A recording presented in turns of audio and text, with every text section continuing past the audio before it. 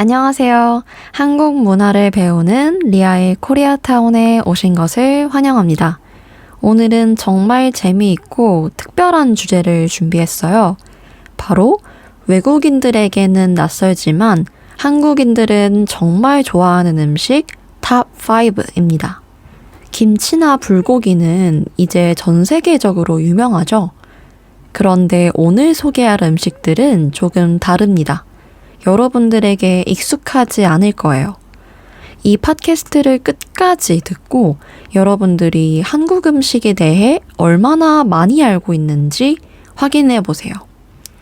정말 한국인다운 음식들이에요. 원래는 이 주제를 하기 전에 더 이상한 한국 음식을 하려고 했어요. 예를 들면 닭발, 홍어 이런 걸요. 그런데 제가 이 채널을 만든 지 얼마 안 되었는데 초반부터 이런 주제를 다루면 사람들이 놀라고 도망갈까봐 걱정이 돼서 천천히 다가가려고 합니다. 그래서 오늘은 외국인들에게는 생소하지만 한국인이 사랑하는 음식들에 대해서 소개해 드릴게요. 그 음식과 함께 제가 경험했던 이야기도 말해 줄게요. 첫 번째 음식은 바로 쭈꾸미입니다. 발음부터가 좀 어렵죠. 입을 최대한 둥글게 모으고 쭈꾸미라고 하면은 괜찮습니다. 쭈꾸미는 작은 문어예요. 낙지보다 작고 일반 문어보다도 훨씬 작아서 한 입에 들어가요. 제가 왜 쭈꾸미를 외국인에게 낯선 첫 번째 음식으로 선택한 줄 아세요?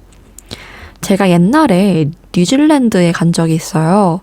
그때 뉴질랜드에 사는 한국인 교포 친구들을 만났거든요. 어느 날 같이 요리를 하기로 했어요. 음식 메뉴를 정하는데 그날 갑자기 쭈꾸미가 너무 먹고 싶은 거예요. 근데 순간 쭈꾸미를 영어로 어떻게 표현해야 되지? 모르겠는 거예요. 그 교포 친구들에게 쭈꾸미를 한국어로 말했더니 못 알아들었어요. 그래서 인터넷으로 다 같이 검색을 했는데 webfoot octopus라고 나왔어요. 근데 이걸 보고도 그 교포 친구들이 잘 모르겠다는 표정을 짓는 거예요. 말은 알아듣는데 그게 도대체 뭔지 모르는 것 같더라고요. 그게 저는 너무 신기했거든요. 한국인 교포들도 모를 정도면 외국인들은 정말 생소하겠구나 하는 생각이 들더라고요. 한국에서는 쭈꾸미를 모르는 사람이 없을 정도로 유명한 재료예요. 한국인들은 쭈꾸미를 주로 맵게 볶아서 먹어요. 한국인들은 항상 매운 걸 좋아하지만 특히 쭈꾸미는 거의 무조건 맵게 해서 먹는 것 같아요. 고추장과 고춧가루를 넣고 양파, 당근 같은 채소랑 함께 볶으면 정말 맛있거든요. 특히 술 안주로 인기가 많아요. 저희 언니가 좋아하는 음식인데요. 언니는 해외여행을 가거나 해외에서 일을 하거나 해서 한국에 오랜만에 돌아오면 쭈꾸미가 가장 먼저 생각날 때가 많대요. 그리고 저희 집 주변에 진짜 맛있는 쭈꾸미 식당이 있거든요. 쭈꾸미를 맵게 볶아서 불에 구워주는 곳이 있는데 불맛이 정말 좋아요. 말레이시아에서도 쭈꾸미 볶음을 먹어본 적이 있어요. 제가 한식집 앞을 서성이고 있었더니 사장님이 한국인이세요? 라고 물어보는 거예요. 알고 보니 한국인 사장님이 운영하는 식당이었어요. 저희 식당 진짜 한국 맛 나니까 언제 한번 먹으러 오세요. 라고 하시는 거예요. 그래서 먹으러 갔는데 과연 한국 맛이 났을까요? 슬프게도 아니었어요. 일단 하나도 안 매웠어요. 제가 주문할 때부터 좀 맵게 해달라고 했는데도 안 매웠어요. 그래서 혹시 고추 있나요? 라고 물어보고 매운 양념장까지 받았는데 한국의 그 맛이 잘 안 나더라고요. 제가 자꾸 매운 걸 찾으니까 말레이시아 분이었던 직원이 되게 신기한 눈빛으로 쳐다봤어요. 어쨌든 한국의 그 매운 불맛 나는 쭈꾸미 맛이 안 나서 아쉬웠어요. 쭈꾸미의 특징은 쫄깃쫄깃한 식감이에요. 씹으면 씹을수록 고소한 맛이 나요. 하지만 너무 오래 끓이면 질겨져요. 외국인들에게는 좀 생소할 수도 있어요. 모양도 특이하고 식감도 독특하거든요. 하지만 한번 맛보면 중독성이 있다고 많은 분들이 말씀하세요. 두 번째 음식은 바로 골뱅이입니다. 골뱅이는 바다에서 나는 작은 소라예요. 영어로는 sea snail, 바다 달팽이 정도로 소개할 수 있겠네요. 프랑스 요리 중에 에스카르고라는 달팽이 요리가 있지만 한국의 골뱅이는 먹는 방법이 완전히 달라요. 한국 요리의 전반적인 특징이 어때요, 여러분? 아까 제가 쭈꾸미 소개할 때도 말했지만 맵게, 무조건 맵게 먹는 걸 좋아해요. 한국에서는 골뱅이를 통조림으로 만들어서 소면과 여러 가지 채소를 넣고 고추장 양념으로 매콤새콤하게 무쳐 먹어요. 이걸 골뱅이 무침이라고 하는데 맥주랑 같이 먹으면 정말 맛있어요. 쫄깃쫄깃한 식감이 재밌지만 차가운 달팽이를 매운 양념에 비벼 먹는다는 것이 외국인들에게는 아주 신기하게 느껴진다고 해요. 골뱅이와 관련된 한국 영화를 하나 소개해드리고 싶어요. 한국에서 정말 유명한 감독인 봉준호 감독 아시나요? 그 감독의 괴물이라는 영화가 있어요. 거기서 주인공이 병원에 갇혀 있는데 너무 배고파서 골뱅이 통조림을 찾아 먹거든요. 봉준호 감독이 영화를 촬영할 때 소품을 되게 세심하게 고르는데 왜 하필 골뱅이 통조림이었을까? 라고 생각해 봤어요. 여러 가지 이유가 있겠지만 집에서 간단하게 술안주로 먹는 서민 음식이라는 현실감을 주지 않았나 싶어요. 또 신기한 건 저희 언니나 몇몇 친구들은 이 골뱅이를 안 좋아해요. 그래서 항상 골뱅이 무침을 먹을 때마다 저에게 골뱅이를 다 줍니다. 그럼 저는 아싸 이러면서 다 먹죠. 전 진짜 골뱅이 많이 먹을 수 있거든요. 옛날에 기사 하나를 봤는데요. 영국에서는 골뱅이가 정말 많이 잡힌대요. 그런데 유럽 사람들은 음식으로 먹지 않는데요. 그래서 영국의 한 골뱅이 어부가 우리는 오로지 한국인들을 위해 바다에 나선다 라고 한 기사였어요. 그런데 더 웃긴 건 그걸 본 한국 사람들이 댓글에 제발 좀 더 많이 잡아주세요. 더 줘. 이렇게 썼던 재미있는 댓글이 기억나요. 그리고 또 골뱅이와 관련된 중요한 한국어 표현이 있어요. 여러분, 이메일 작성할 때 아이디 쓰고 나서 이 마크 쓰잖아요. 그죠? 이거 한국어로 아시는 분? 뭘까요? 바로 골뱅이입니다. 너무 귀엽죠? 영어로 하면 그냥 @기호잖아요. 그런데 한국에서는 이 모양이 달팽이처럼, 즉 골뱅이처럼 보인다고 해서 골뱅이라고 불러요. 진짜로. 저는 한 번도 이게 웃기거나 귀엽다고 생각해 본 적 없는데 지금 이 골뱅이에 대해서 말하다가 이게 갑자기 떠올랐거든요. 너무 귀엽네요. 세 번째 음식은 바로 도토리 묵이에요. 도토리는 나무에서 나는 열매죠. 주로 다람쥐들이 좋아하는 열매이기도 하고요. 그런데 다람쥐들이 먹는 걸 한국인들도? 한국인들 설마 다람쥐인가요? 장난입니다. 한국에서는 가을에 도토리를 주워서 가루로 만들어요. 그 가루로 만든 게 바로 도토리 묵입니다. 외국인들에게는 나무 열매로 만든 젤리라고 설명하면 재밌어 하더라고요. 도토리묵은 갈색빛이 나는 젤리 같은 음식이에요. 쫄깃하면서도 부드러운 푸딩 같은 식감이 특징이죠. 보통 양념장에 찍어 먹거나 무침으로 만들어 먹어요. 도토리묵은 칼로리가 낮아서 다이어트 음식으로도 좋아요. 그리고 식이섬유가 많아서 건강에도 좋다고 알려져 있어요. 하지만 외국인들에게는 맛이 좀 밋밋하거나 아주 약간 쓴맛으로 느껴질 수 있어요. 저는 저희 엄마가 해주는 도토리묵 무침을 진짜 좋아해요. 그리고 도토리묵이 좋은 게 방금 말했듯이 다이어트에도 좋지만 무엇보다도 싸요. 마트에서 정말 쉽게 구할 수 있고 저렴해서 반찬으로 딱이죠. 네 번째 음식은 간장게장입니다. 생게를 간장에 절인 음식이에요. 밥도둑이라는 별명이 있을 정도로 밥과 궁합이 좋아요. 참고로 이 밥도둑이라는 말은 한국인들이 정말 많이 쓰는 표현인데요. 밥을 많이 먹을 수 있을 정도로 맛있는 반찬일 때 쓰는 표현입니다.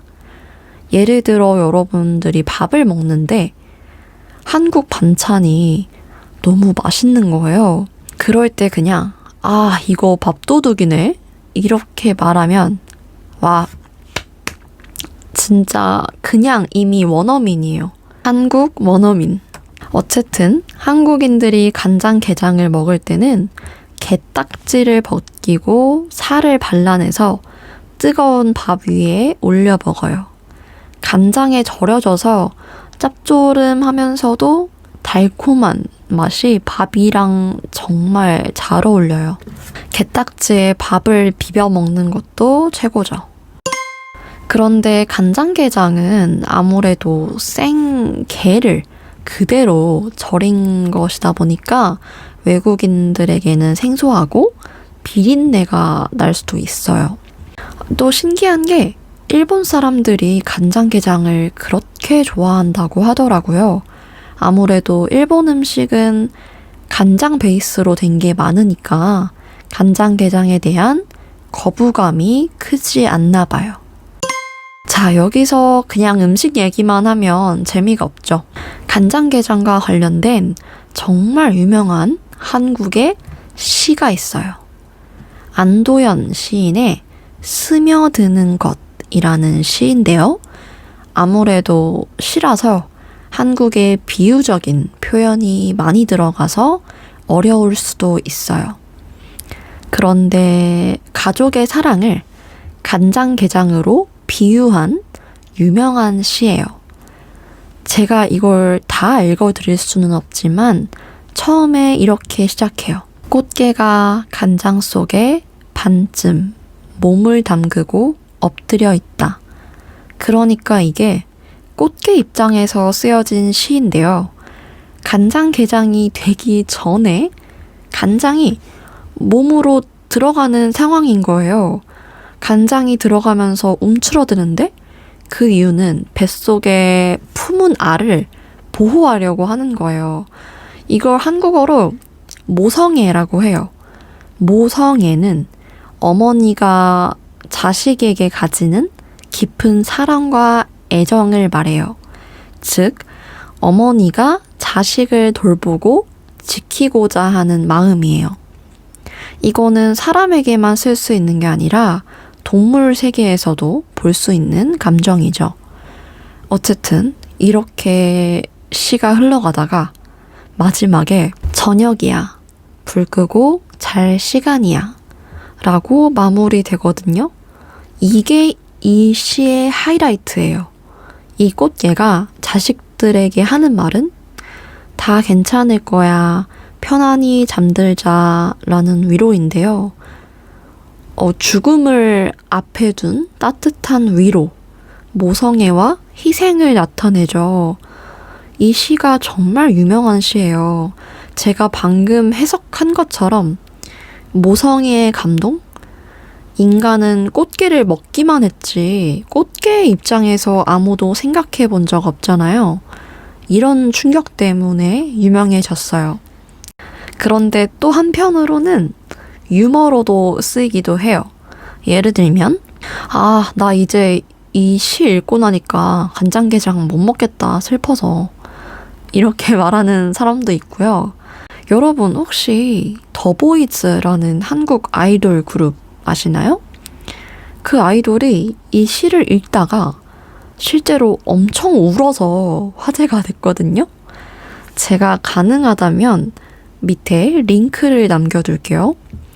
이 시를 보고 슬퍼서 남자 아이돌이 울었는데 그걸 보고 많은 사람들이 귀엽다, 감수성이 풍부하다 이렇게 말했던 일화가 있어요.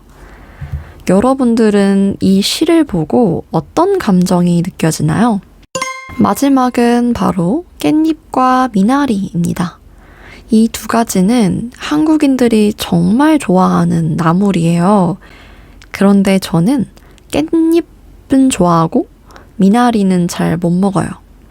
이 두 가지 음식의 공통점은 독특한 향이에요. 한국인들은 이런 향을 좋아해요. 하지만 외국인들은 왜 이런 걸 먹지? 라고 생각할 수도 있어요. 또 반대로 한국인들은 고수를 잘 못 먹는데 외국인들은 고수를 좋아하잖아요. 이게 유전적인 이유가 있다고 하더라고요.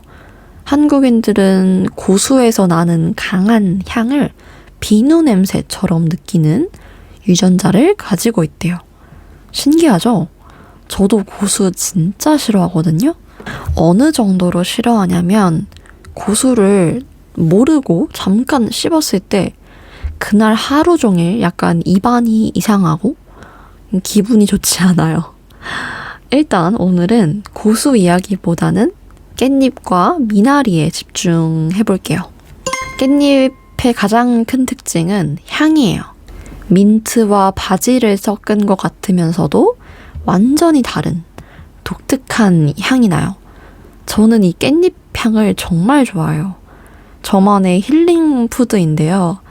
특히 고기 먹을 때 상추보다 무조건 저는 깻잎파예요. 제가 왜 이렇게 깻잎을 좋아하는지 생각해 봤는데요. 제가 엄청 어렸을 때, 한 7살 때? 아빠와 한여름에 밖에 나가서 깻잎을 직접 따온 적이 있어요. 그리고 그 자리에서 깻잎을 먹었던 기억이 강하게 남아있더라고요. 사실 그 이후로는 아빠가 많이 바쁘셔서 그런 시간을 잘 못 보냈거든요. 그래서 제가 깻잎을 이렇게 좋아하는 것 같아요. 재밌는 사실은 깻잎 때문에 한국인들끼리도 논쟁이 있어요. 깻잎 논쟁이라고 하는데요. 한때 이것 때문에 한국 인터넷이 진짜 난리가 났었거든요.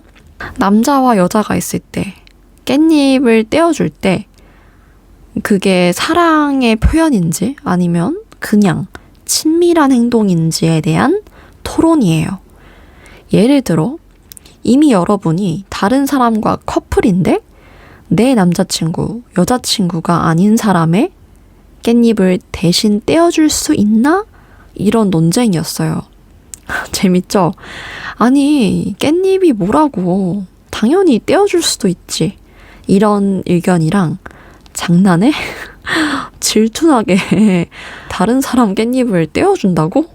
이런 의견들이 있으면서 아주 뜨거운 논쟁이었습니다. 이제 미나리 이야기를 해볼까요? 미나리는 물가에서 자라는 채소예요. 미나리의 맛은 어떻게 설명하면 좋을까요? 약간 쓴맛이 나면서도 상큼해요. 샐러리랑 비슷하다고 생각하시면 돼요. 하지만 더 부드럽고 향이 강해요.